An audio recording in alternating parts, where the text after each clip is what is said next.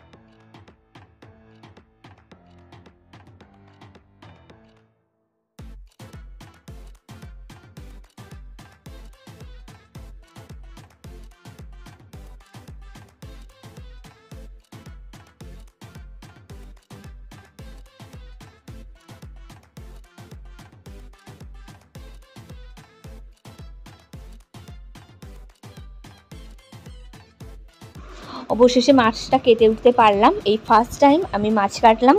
তো কেমন হয়েছে তোমরা কিন্তু অবশ্যই জানিও। তো চলো আমার সব পিস করে এবার পিসগুলো ধুয়ে নিচ্ছি। দেখো পরিষ্কার করে আমার মাছের পিসগুলো ধোয়া হয়ে গেছে। এতগুলো পিস আমি করব না, তার জন্য আমি শুধুমাত্র 3টে পিস করব। 3টে পিস আমি নুন আর হলুদ মাখিয়ে রেখে দিয়েছি, আর অল্প একটু সর্ষের তেল। পিসগুলো কিন্তু আমি মাঝারি সাইজের করেছি। তো চলো কড়াইয়ে তেল দিয়ে দিয়েছি, তেলটা গরম হয়ে গেছে। এবার মাছগুলো একে একে আমি আস্তে আস্তে ছেড়ে দেব তেলে।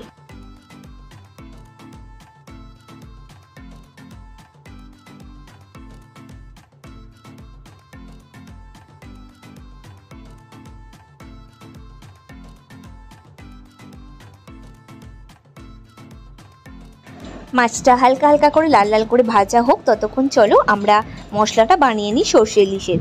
যেহেতু সর্ষে ইলিশ খুব বেশি তো মশলা লাগবে না, তার জন্য আমি 2 চামচ সাদা সর্ষে নিয়ে নিলাম। আর নিচ্ছি 4টে কাঁচা লঙ্কা। আর যাতে কাঁচা লঙ্কা আর সর্ষের পেস্টটা তেঁতো না হয়, তার জন্য আমি নিয়ে নেব অল্প নুন। চলো এবার আমি এটা পেস্ট করে নিই। পেস্টটা আমার তৈরি করা হয়ে গেছে। আর এদিকেও মাছও হালকা হালকা করে ভাজা হয়েই গেছে প্রায়। আর অল্প সময় ভাজবো, তারপরেই আমরা তুলে নেব।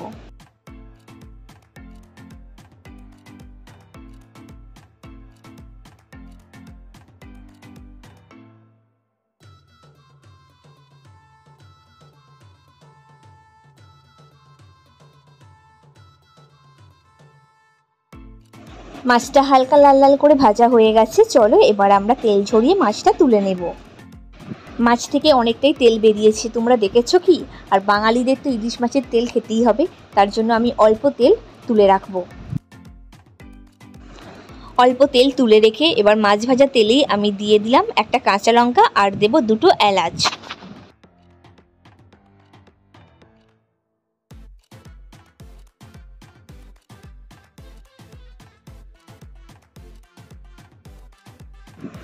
আর দিয়ে দেব হাফ চামচ হলুদ গুঁড়ো, হাফ চামচ কাশ্মীরি লঙ্কার গুঁড়ো, আর দেব হাফ চামচ লবণ।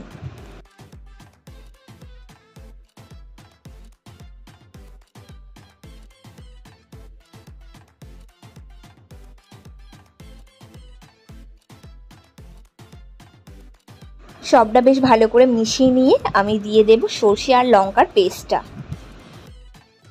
এই সময় গ্যাসের ফ্লেমটা কিন্তু আমি একদমই লোতে রাখবো। হালকা জল দিয়ে আমি মশলাটা বেশ সুন্দরভাবে কষিয়ে নিচ্ছি। আর দেখতে পাচ্ছ সুন্দরভাবে কষানো হচ্ছে, আর কালারটাও কিন্তু দুর্দান্ত এসেছে। তো এবার আমি ইলিশ মাছগুলো দিয়ে দেব।